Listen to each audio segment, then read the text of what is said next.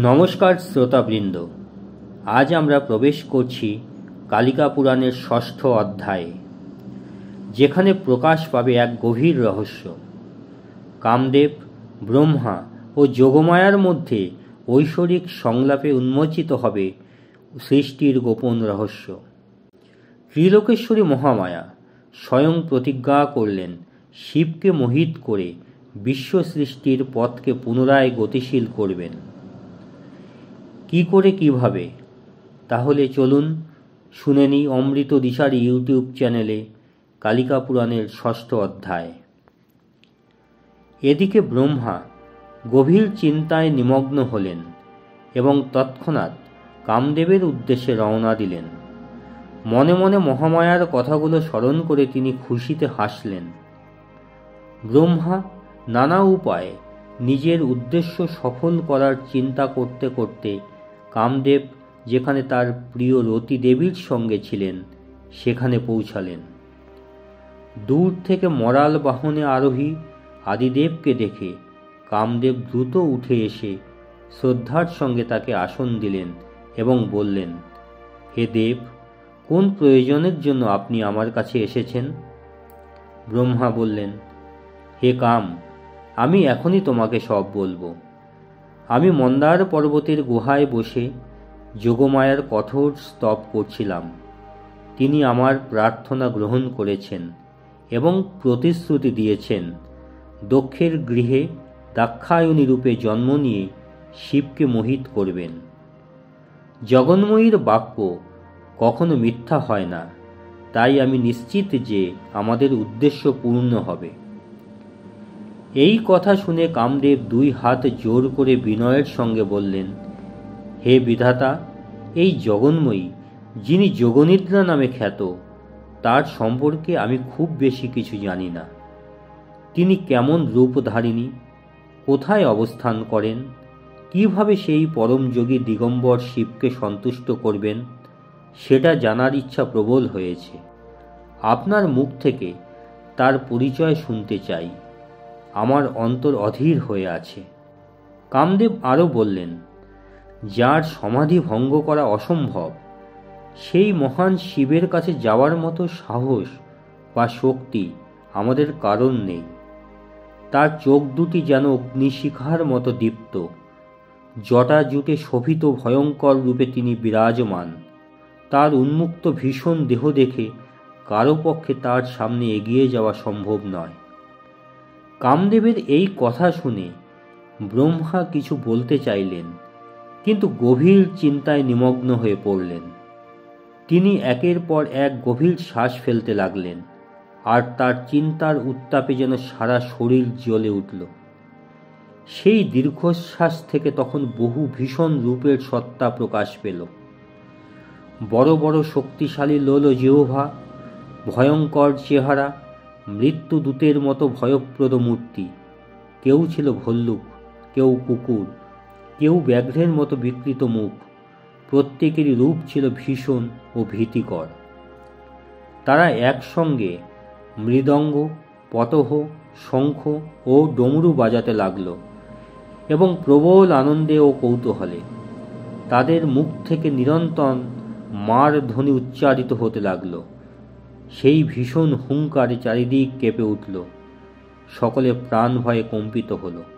তারা মার বলে চিৎকার করতে করতে মার নামে পরিচিত হয়ে উঠল।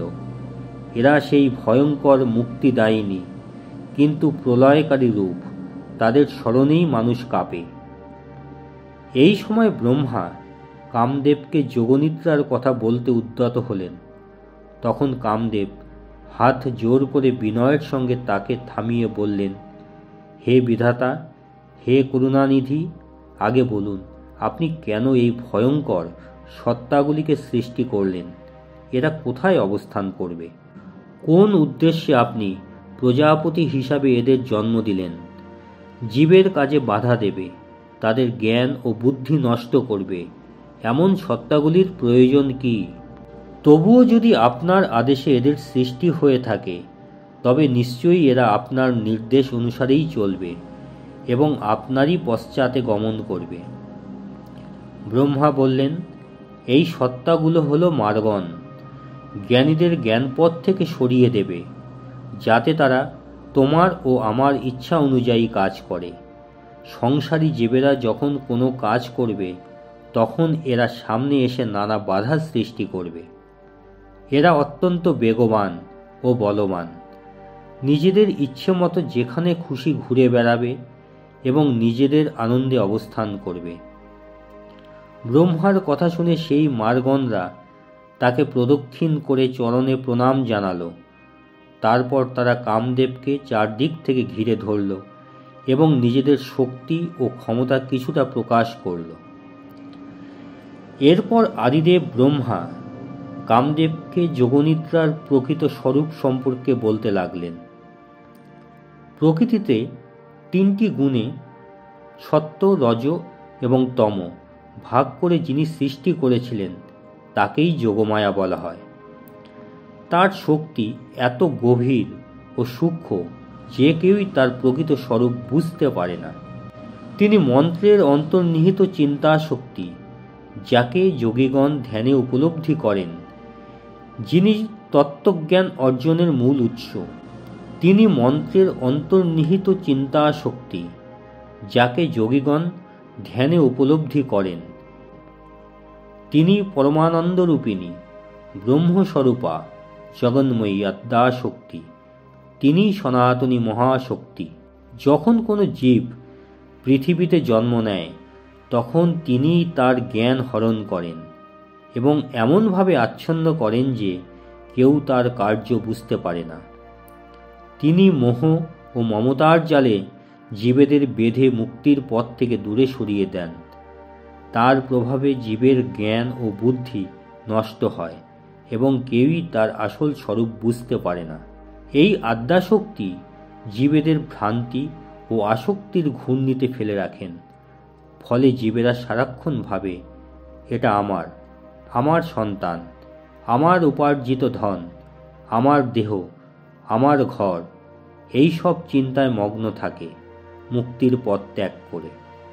এই যে চিন্তা, এই যে মায়া, এটি মহামায়ার বিভীষিকাময় প্রভাব।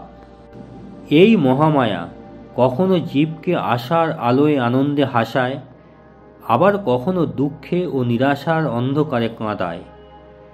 তিনি ত্রিলোকেশ্বরী, সর্বশক্তিময়ী দেবী, যিনি সর্বদা কর্মের মাধ্যমে প্রকাশিত থাকেন, কিন্তু সাধারণ জীবেরা তাকে চিনতে পারে না। ব্রহ্মা আরও বললেন, যেমন মেঘ থেকে বৃষ্টি হয় আর সেই বৃষ্টির জলেই বীজ অঙ্কুরিত হয়ে ফসল হয়ে জন্মায়, এই কথা সবাই জানে। তাই মেঘের প্রয়োজন কতটা তা বুঝতে পারো। জীবজগতের মঙ্গলের জন্য মেঘ অপরিহার্য। তেমনি অচিন্তনীয় রূপধারিণী যোগমায়াও সৃষ্টিকর্মের মূল কারণ, এ কথা মনে রেখো। তিনি ক্ষমার প্রতিমূর্তি, দয়ার সাগর এবং শান্তির আধার। নানা গুণের আশ্রয়ে তারই আকার প্রকাশ পায়। তিনি সেই বৈষ্ণবী শক্তি, যিনি মুক্তির মূল কারণ। যোগীগণ তাকে লাভ করার জন্য সব ত্যাগ করেন। তিনি বিদ্যারূপে সংসারী জীবের মুক্তির পথ দেখান। তারই প্রভাবে জীব জ্ঞান ও বোধ লাভ করে। কিন্তু যখন তিনি অবিদ্যারূপে প্রকাশিত হন, তখন তিনি জীবকে সংসার বন্ধনে আবদ্ধ করেন। অথচ এই সত্যটি সাধারণ মানুষ বোঝে না। তিনি বেদরূপে আমার কণ্ঠে অবস্থান করেন, আবার লক্ষ্মীরূপে নারায়ণের সঙ্গে বিরাজ করেন। তিনি সর্বত্র আছেন, আহারে, অবস্থানে, চলাফেরায়, কিন্তু তাকে চোখে দেখা যায় না। তিনি দিব্য মূর্তিধারিণী, সর্বরূপধারিণী, কখনো নিরাকার, আবার কখনো এমন মনোমুগ্ধকর রূপে প্রকাশিত হন যা সকলকে মোহিত করে। এতক্ষণ আমরা শুনছিলাম কালিকা পুরাণের 6ষ্ঠ অধ্যায়। পরবর্তী অধ্যায়ে আমরা শুনব এই আদ্যাশক্তি মহামায়ার ইচ্ছায় কিভাবে ঘটতে চলেছে একের পর এক অলৌকিক ঘটনা। তাহলে আজ এখানেই ইতি টানলাম। ভালো থাকুন, সুস্থ থাকুন। নমস্কার। জয় মা কালী।